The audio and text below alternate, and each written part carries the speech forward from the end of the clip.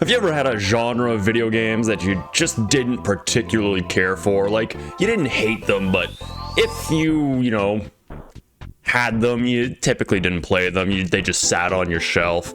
But then there's just like that one entry in the genre that makes you go, except for that one.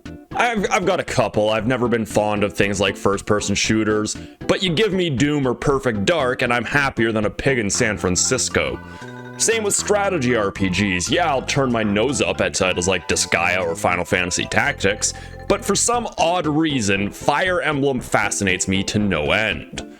But the genre that I find the least attachment to, out of any other, has to be puzzle games. I'm sorry, Tetris is not fun.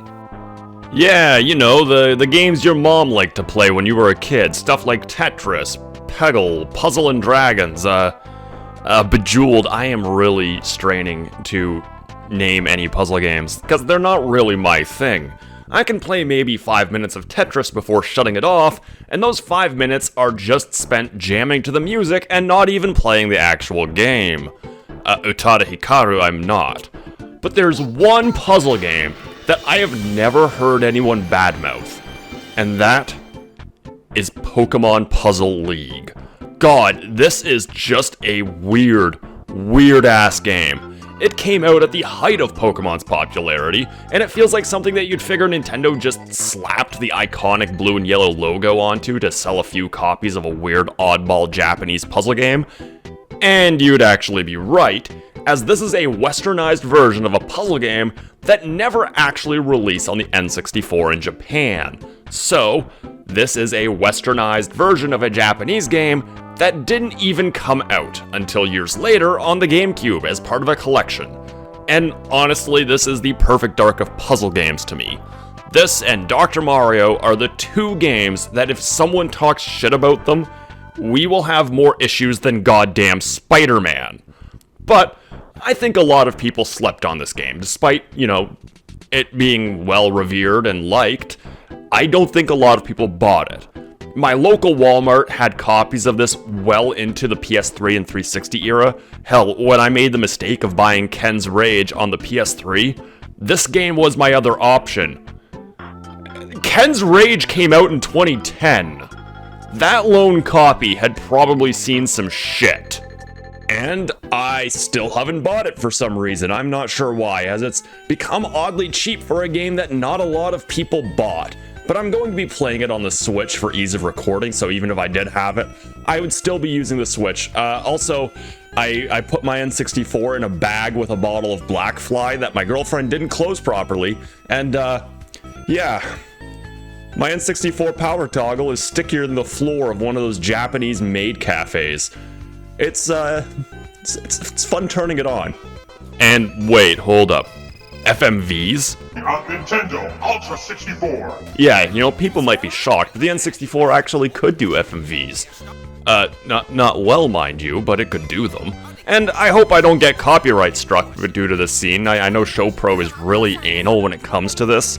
Weirdly, this is the only game Ash ever showed up in, because we don't count mobile games as video games.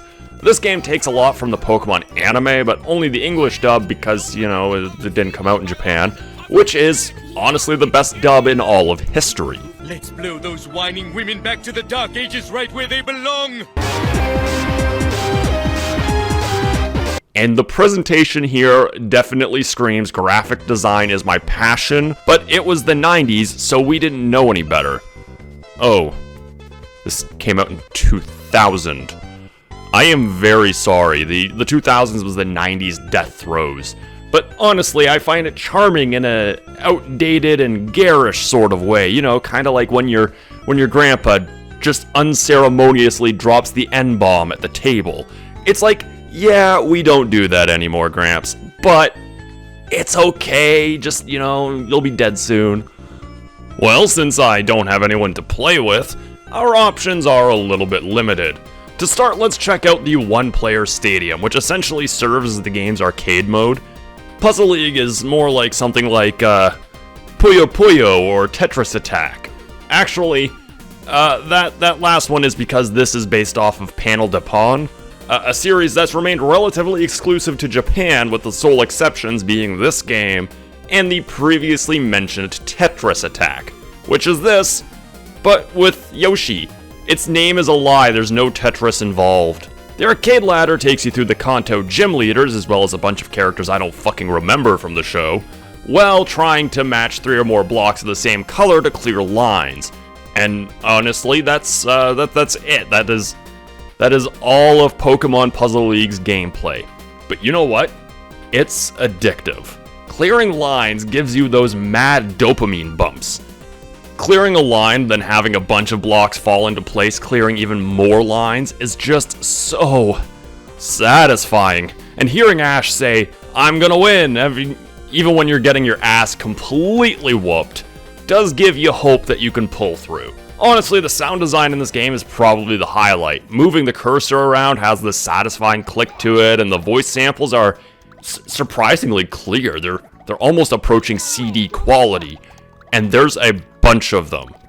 But the real star of the show has to be the music. The songs are all MIDI renditions of songs from the To Be a Master album, which is a fucking banger-ass album. Seriously, like, give it a listen. It's some great shit. And they sound fantastic. They also work surprisingly well here. I didn't think that they would, but somehow they do. They just work well in a puzzle game. The thing I hate is if you beat the game on anything other than hard, you get this screen, and that kinda just pisses me off. Okay, so we beat it on easy, but now it wants us to get hard. Well, the thing that the fine folks at Intelligent Systems, the same developers of Fire Emblem, weren't aware of back in the year of our Lord and Savior 2000, is that I am always hard.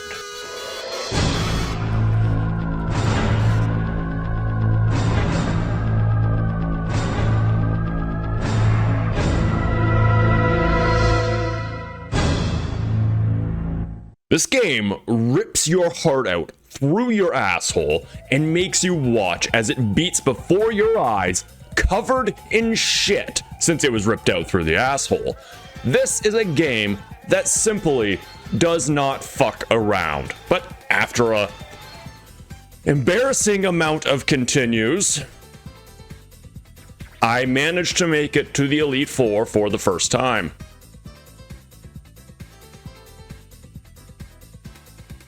Why? Hello there. You come here often? I'm digging the hot librarian look. I might have some overdue books.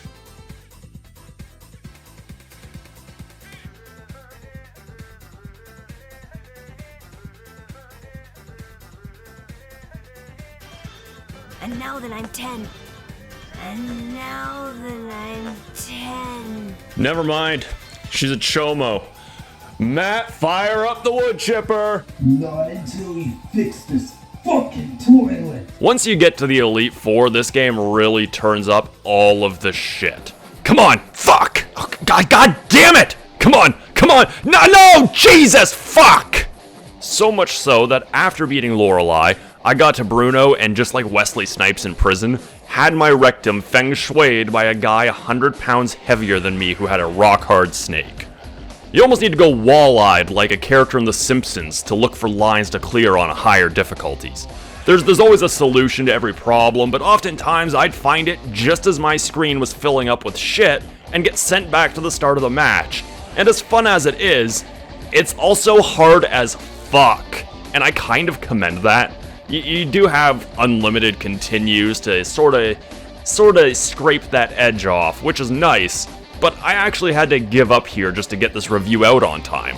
Pokemon has a bad reputation for being easy, but this game is fucking hard as shit, so I gave up and did the adult thing and went to the Pokemon spa. I don't know, something seems off to me. Something about this spa just doesn't sit right.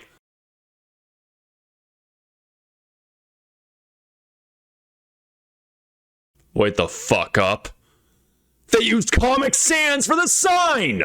And the spa is how you access the line clearing mode, and it's fine. Team Rocket says they took your Pokemon, which I haven't mentioned it, but you get to select what Pokemon appears with your character in the background, and I haven't been able to figure out if it affects the gameplay in any sort of meaningful shape. It's just kind of there, but I guess it serves to add a bit more Pokemon-ness to a game that otherwise doesn't have a lot to do with the franchise besides just having a Pokemon coat of paint. And that's why my final score for Pokemon Puzzle League is 4 fake Charizard cards out of 5. Pokemon League is fucking great, okay? But out of any Pokemon spin-off that I can think of, this is the one that resembles Pokemon the least. And that's not a bad thing by any means. It doesn't hurt the game. There's plenty of bad Pokemon spin-offs that actually do resemble the main games a hell of a lot more. But the thing with Puzzle League is that while it's fun, it just doesn't offer much in the way of content. Even if you look at it as a puzzle game released in 2000, you'd figure it would come with a 4-player option, especially on a console that had 4 fucking controller ports when 2 was the standard.